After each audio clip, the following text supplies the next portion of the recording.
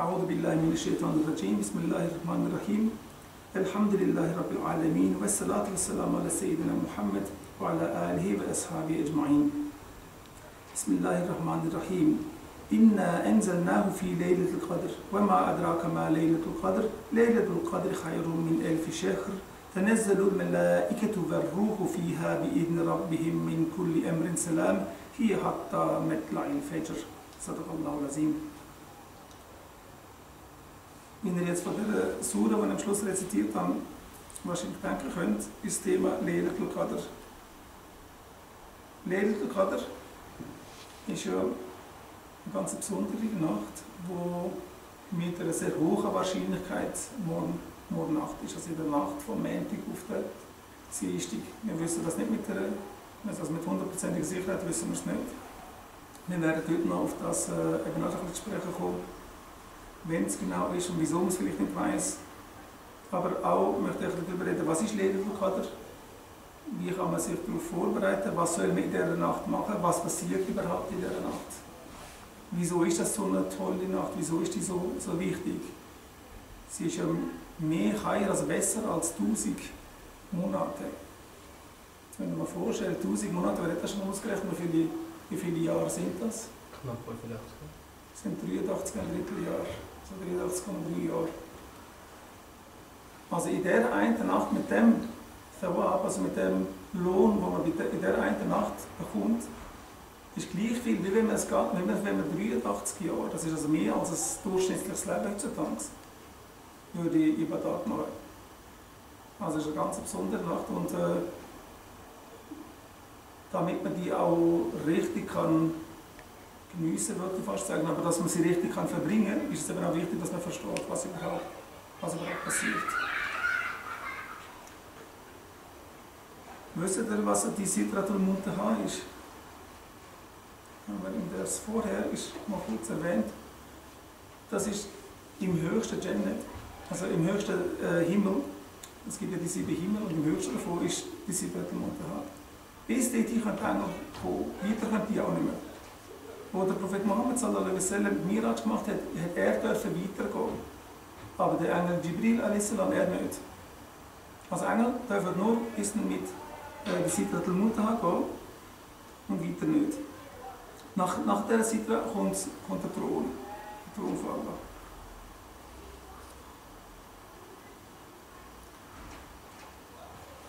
Dort, in diesem Sidratul Muntaha hat es ganz viele ganz spezielle Engel. Also die Himmel sind ja voller Engel. Wenn man die Hadithe oder die Überlieferungen von Prophet Muhammad sallallahu alaihi wasallam lesen, wo er beschreibt, was er in der Miraj alles gesehen hat, dann geht er durch all die 7 Himmel durch und sagt, überall hat es so viele Engel gehabt, dass es praktisch keinen Ort gibt, wo leer ist oder wo keine Engel sind. Also die Engel ist eine riesige Anzahl von Engeln. Und all die Engel haben verschiedene Aufgaben, verschiedene Funktionen. In der Sidratul Muntaha hat es auch ganz spezielle Engel, die nennt man dann auch die Melaike Muqarrabin. Muqarrabin kommt vom arabischen Wort Qarib, also nahe. Das sind die Allah am nächsten sind, weil das ja der Teil vom Himmel ist, wo am nächsten zum Thron von Allah ist. Nennt man die so. Dort hat es also ganz Haufen Engel, die die ganze Zeit eigentlich, die einen sind immer im Sujud, die anderen sind immer im Ruku, die machen Zikr und dann immer nur Allah preisen. Wenn jetzt die Laylatul Qadr, also die Nacht von Qadr, anfängt, das fängt ja mit dem Sonnenuntergang an, öffnet sich der Himmel und der Jibril a.s. kommt also geht durch all die Himmel durch auf die Erde. Und all die Engel, die Muqarrabin sind, die näher zu Allah sind, also die ganz besonderen Engel, die kommen auch aber mit ihm zusammen auf die Erde. Die Anzahl wissen wir nicht, aber es ist eine riesige Schar, es beschrieben wird, dass sie in Wellen kommen, also so viel sind es. Damit man vielleicht die Menge sich eigentlich vorstellen kann. In dieser Sidra gibt es das Beitul Ma'mur. Beitul Ma'mur ist etwas Gleiches wie Kaaba in unserer Welt. Kaaba ist das Zentrum für uns Muslime auf der Welt und für die Engel ist das Zentrum das Beitul Ma'mur. Und wie wir Hajj nach Mekka bzw. durch Kaaba machen und dort Tawaf machen um Kaaba herum, machen die Engel ihre Hajj zum Beitul Ma'mur und dann Tawaf machen um der Beit al-Ma'mur. Jetzt weiss man, dass jeden Tag 70'000 Engel Tawaf machen um den Beit al-Ma'mur. Und das machen sie nur einmal. Also wenn sie das einen Tag lang gemacht haben, dann müssen sie weggehen und die kommen nie mehr wieder. Und dann kommen wieder 70'000. Jetzt müssen wir uns vorstellen, das jeden Tag. Und die hat es schon gegeben, bevor es uns Menschen geht. Also die Anzahl von Engeln muss ja immens groß sein, dass es überhaupt aufgeht, dass jeden Tag 70'000 Engel den Tawaf machen können. Also das jetzt nur einmal, um sich vorstellen zu können, wie unvorstellbar ist die Zahl der Engel. Das ist also eine riesige, riesige Zahl. Also die kommen jetzt alle auf die Erde runter und der Jibril a.s., das ist wie ihr Chef. Also das ist der das Ganze koordiniert und den einzelnen Engel denen ihre Pflichten weitergibt. Auf der Erde sagt er dann ihnen, sie sollen sich jetzt verbreiten auf die ganze Erde und in jeden Haushalt, also jedes Haus hineingehen, jede Moschee, jede Mesjid gehen und schauen, ob es dort Leute gibt, die Salat machen, die Zikr machen, die Koran lesen. Also ob es dort Leute gibt, die etwas für Allah machen. Und wenn ja, also wenn sie einen Sklave Allahs, einen Diener Allahs findet, der Dua macht und Amin sagt, zum Beispiel nach dem Dua, dann sollen die Engel auch Amin sagen. Also was ist das, wenn wir Amin sagen? Also Amin ist eigentlich wie ein Dua zum Dua, dass man Allah darum bittet, dass er das Gebet auch annimmt. Also Amin heisst, bitte Allah nimmt das Gebet, das ist all das, was ich mir vorher gewünscht habe, bitte nimmt das Gebet an und das verwirklichen. Wenn ich jetzt natürlich allein Amin sage, ist das etwas anderes, als wenn dann noch Hunderttausende von Engeln auch noch Amin sagen. Also sie sagen Amin zu jedem Gebet, das wir machen, zu jedem Dua, das wir machen, aber sie machen auch ein extra Dua für uns. Also wenn sie jetzt irgendwo in den Haushalt kommen und uns sehen, dass wir die Nacht so verbringen, dass wir etwas für Allah machen, dann können sie Dua für uns machen, und zwar ein Dua, wo sie Allah darum betet, dass er uns verzeihen möge, all die Fehler und die Sünden, die wir vielleicht gemacht haben, dass Allah uns segnen möge und dass Allah uns seinen Frieden und seine Ruhe schenken soll. Und die Engel, sie geben uns Salam. Salam hat verschiedene Bedeutungen. Zum einen ist damit gemeint der Frieden, den wir vorher auch schon angetönt haben, dass also uns ein friedliches Leben, also einen Frieden bringt. Aber Salam heisst auch wie grüßen. Also im Prinzip können die Engel uns auch grüßen. Muss man vorstellen, wir merken es gar nicht, das ist alles unbewusst, aber die Engel kommen und uns irgendwie Assalamu alaikum sagen. Und uns, Assalamu alaikum ist eigentlich auch ein Gebet, ist auch ein Bittgebet. Wir sagen, möge Allah Segen Frieden auf dir sein. Oder? Also tun sie nochmal Dua machen und Gutes für uns wünschen. Und das ist nicht nur ein Engel, sondern es sind riesige Scharen von Engeln. Voraussetzung ist natürlich was? Dass wir wach sind und etwas für Allah machen. Es gibt andere Voraussetzungen. Das Haus muss auch in einem Zustand sein, wo es der Engel erlaubt, hineinzugehen. Es gibt Überlieferungen, wo es heisst, dass wenn in einem Haus ein Götze ist, dass ein Engel dort nicht reinkommt. Wenn es Unreinheit, also ein Najasa hat, geht er nicht rein. Sogar nach einer Überlieferung, wenn es Giftstoff, also wie Alkohol oder so Sachen hätte, in so einem Haushalt gehe ich jetzt auch nicht rein. Mit denen habe ich jetzt allerdings nicht, weiss nicht sicher, was für ein Hadith ist, das habe ich jetzt einfach mal gehört und das so weitergehen. Aber wichtig ist, also die Engel kommen nicht in jeden Haushalt rein. Gerade das mit den Götzen, jetzt ist die Frage, was ist ein Götze? Ein Götze ist eigentlich eine Figur, die man macht und das arbeiten tut. Aber wenn man es streng nimmt, ist jede Figur, die etwas Bestimmtes darstellt, so eine kleine Statue, rein theoretisch ist auch schon ein Götze. Ob ich jetzt den arbeiten tue oder nicht, also für mich ist klar, ich habe vielleicht so ein kleines Zinnfigürchen aufgestellt oder ich weiß auch nicht was. Und für mich ist es einfach nur Schmuck. Aber für den könnte das schon zu viel sein, dass sie dann sagen, oh schau mal, da hat es einen kleinen Götze. Wir wissen aus der Überlieferung von Prophet Muhammad sallallahu alaihi wasallam, dass er mal daheim eigentlich mit seiner Frau geschumpft hat, weil sie einen Vorhang gemacht hat, wo Vögel drauf sind. Und das ist noch nicht 3D, also das ist nur gezeichnet. Das ist also 2D. Beim Götzen reden wir im Generellen von 3D, also das ist dann eine Form, also etwas, das man in die Hand nehmen Und er hat den Vorhang schon wegnehmen lassen, mit diesen Vögeln drauf. Und genau mit der Begründung, ob sie denn nicht wollen, dass die Engel in die Wohnung hineinkommen sollen. Das ist heute vielleicht noch relativ schwer, weil, also ich weiß nicht, wie es bei euch aussieht, aber man hat eigentlich noch schnell irgendwo irgendetwas aufgestellt, wo eben so eine Figur darstellt. Und also inshallah, weil für uns sind sie keine Götzen und Allah erkennt es, oder die Engel werden es auch so erkennen. Aber die Gefahr besteht, also dass die Engel dann sagen, okay, da hat es viele Götzen drin, ich kann nicht rein. Und dann wäre es natürlich schade, wenn ich so viel Ibadat mache und ich würde es nicht mal sehen. Der Ibadat würde wahrscheinlich trotzdem angenommen werden, aber der Verstärkungsfaktor, den ich bekomme durch die Engel, das ist ja wie ein Akzelerator, das heisst, ich mache einzeln, aber dadurch, dass ich ganz viele Züge habe, ganz viele Engel, die das am jüngsten Tag alle Züge werden, ist das viel mehr Gewicht nachher, also die Belohnung wird viel grösser sein, eben 1000-mal mehr, oder? Also vielleicht müssen wir schauen, dass wir so gewisse Sachen dann, wenn wir es für die Nacht aus dem Zimmer, wo wir dann Ibadat machen, wenn wir es dort rausnehmen. Oder im besten Fall gar nie bei uns daheim überdacht haben. Wie lange geht das? Die ganze Nacht. Bis zum Morgengrauen. Also bis die Sonne anfängt aufgehen. Also bis beim Horizont die erste Schimmer sieht vom Licht. Also eigentlich bis dann, wo wir Sahur machen können. Beziehungsweise wo wir eben nicht mehr können, wo wir aufhören mit dem Sahur. Jetzt im Sommer ist es eine sehr kurze Zeit. Also es ist eigentlich nicht so schwer, wenn man jetzt die ganze Nacht mit Ibadat verbringen. Sind das jetzt ein paar Stunden. Im Winter ist es natürlich ein bisschen mehr.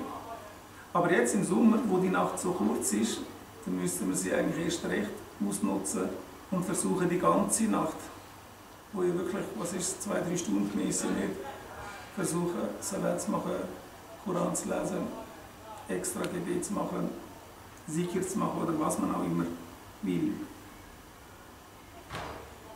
Die beste Zeit ist sowieso die näher zum Morgen. Also man soll die ganze Nacht machen, um sicher zu sein, dass man nicht verpasst. Aber die beste Zeit ist eigentlich die letzte Hälfte der Nacht. Eigentlich ist es sogar noch wertvoller, wenn man zuerst schlafen geht und dann wieder aufsteht. Das macht das Ganze noch wertvoller. Nur wenn man schon von 2-3 Stunden redet, dann wird nicht wirklich viel Zeit zum Schlafen.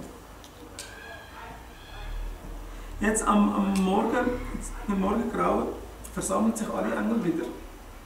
Sie treffen sich wieder mit dem Jibril a.s. und steigen nachher wieder langsam in den Himmel rauf. Aber zuerst bleiben sie noch in der Luft, also sie gehen nicht direkt in den ersten Himmel rauf, sondern nur in den Himmel, den wir auch als Himmel kennen. Sie gehen dort rauf und warten die ganze Zeit, bis die Sonne ganz aufgegangen ist. Das ist nur an diesem Abend so. Wie ihr wisst, da gibt es ja 2 Zeiten, oder 3 Zeiten, wo man kein Salat machen darf. Und die eine von diesen 3 Zeiten ist, wenn die Sonne am Aufgehen ist.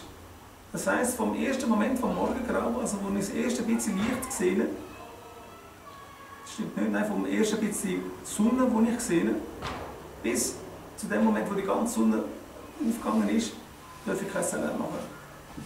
Wieso nicht? Weil das, in der Regel sagen wir, das ist die Zeit, wo die Sonne anbetet und auch beten. Und dass man einfach nicht in der gleichen Zeit wie sie beten würde. Das ist wegen dem. Jetzt müssen wir dazu lernen, dass der Shaitan mit dem Horizont ein Bündnis eingeht. Das heisst, wenn die Sonne aufgeht, ist er am Horizont und die Sonne geht quasi zwischen den 2 Hörnern, zwischen seinen 2 Hörner auf. Das heisst, wenn jemand dann Salam macht, also die Sonne anbetet, tut eigentlich der Shaitan anbeten, weil er dann dort ist. Und die Laylatul Qadr, also die Nacht vom Qadr, ist die einzige Nacht, wo der Shaitan das nicht machen kann. Wieso? Weil der Jibril a.s. ist dort, all die anderen Engel sind dort und ihn daran hindern. Das heisst nicht, dass wir den auch Salam machen, aber einfach als Beleg oder als Beweis, also die Engel sind dort und der Teufel kommt näher an sie an. Das hat nachher als Folge, dass die Sonne, wenn man sie aufgeht, sieht, dass sie ganz anders aufgeht als sonst. Wir müssen das mal mit einem, der so Sachen beobachtet, oder eigentlich diskutieren und fragen, ob der das sieht. Aber scheinbar hat am Morgen nach dem Ledelkader die Sonne keinen Strahl. Also die Sonne ist wie eine glatte Scheibe. Hat auch einen ganz klaren Rand. Normalerweise ist der Rand immer ein bisschen undeutlich. Du siehst nicht einfach eine ganz klare Linie. Und das ist nachher auch als Beleg, das braucht, dass jetzt Ledelkader war. Also wenn man dann die Sonne sieht, dass sie wirklich wie eine Scheibe ist, ganz klar, mit einem ganz klaren Rand, dann ja, da kann man sicher sein, dass Ledelkader war. Und warum das so ist, ist, weil eben dort so viele Engel dort sind und wir dann quasi die Sonne durch einen Filter von Engeln sehen. Die Engel selber sehen wir ja nicht. Aber wir sehen dann die Sonne durch einen Filter, durch einen Engelsfilter. Und deshalb sieht man dann viel klarer und halt anders als an anderen Tagen, wo dann das nicht der Fall ist. Nachher gehen sie wieder weiter durch all die Himmel. In jedem Himmel hat es Engel. Die sehen dann die Engel, die kommen und fragen, du, was haben wir gesehen? Was haben wir gemacht? Also, was war in dieser Lehre? Und dann sie sagen, was sie gesehen haben. Dann wird jeder Einzelne, der an diesem Abend eben etwas gemacht hat, namentlich erwähnt. Und zu allen Engeln gesagt, ich bin dort und der hat das und das gemacht, der hat Koran gelesen, der hat Salat gemacht, der hat Zikr gemacht. Also jeder Engel, der das sieht, tut es den anderen Engel weiterverzählen. Und das bei all diesen 7 Himmel und ganz am Schluss noch vor Allah. Also müssen wir uns vorstellen, die Wertschätzung, die dadurch eigentlich entsteht.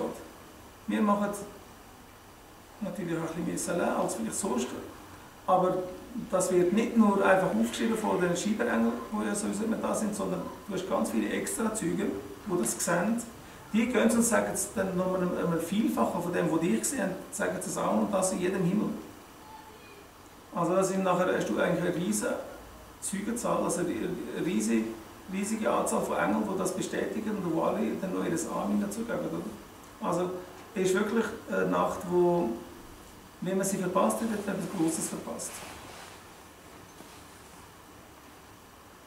Also vielleicht, wenn man sich also bevor wir jetzt auf die Details von der Nacht eingehen, einfach bewusst ist, was passiert, dann hat man vielleicht auch mehr Ansporn, wirklich etwas zu machen. Also wenn du dir jetzt vorstellst, du bist daheim und machst Salat, du bist auch in der Messchid, jetzt musst du nicht daheim sein oder auch draußen. Du machst extra Gebet und du weißt, jetzt sind ganz viele Engel da, wo wir zuschauen. Das müssten wir schon fast spüren. Wenn du aber einfach nur Salat machst, wie gesagt, weil es geheißen hat, weißt, mach heute noch schnell 5 Salat mehr, dann gibt es auch ein bisschen mehr Lohn. Aber du hast gar kein Gefühl dabei oder gar keine Ahnung, was überhaupt abgeht. Und dann wird das nicht die gleiche Qualität haben. Die Absicht ist wichtig, aber die Qualität muss eben schon auch gut sein. Und eine gute Qualität ist natürlich auch wieder abhängig von der Absicht. Und damit du die richtige Absicht kannst fassen, musst du eigentlich auch wissen, was überhaupt passiert, was überhaupt los ist. Und auch wenn wir es mit unseren Augen nicht sehen, das ist sowieso ein Teil von unserem Iman, dass wir Iman haben, das Sachen, die wir mit den Augen gar nicht sehen. Schon in den ersten 5 Ayah von der Surah Al-Baqarah sagen wir das, dass wir Iman an das Ghaib haben. Was ist Ghaib? Ghaib ist das, was man mit den Augen nicht sieht. Wir sind nicht die, die sagen, wir haben nur Iman an das, was ich sehe. Was ich nicht sehe, glaube ich nicht, sagen wir nicht. Also, ich meine, allem voran ist Allah da, wo wir nicht sehen. Wir sehen nur seine Wirkungen, das, was er geleistet hat, das, was er zeigt von sich, sehen wir ihn selber sehen wir nicht. Und trotzdem haben wir Iman an ihn. Aber wir haben nicht nur Iman an ihm, wir haben auch Iman an Engel und Engel sehen wir auch nicht. Also wenn jetzt irgendein Kunde sagt, aber ich sehe sie nicht, ist ja gleich, wir müssen Iman haben, das sind Hadith, also Sahih-Hadith vom Prophet Mohammed, wo er das erzählt hat. Also glaubwürdig, also das ist sogar schon eine Pflicht, nicht nur glaubwürdig, sondern wir müssen das glauben.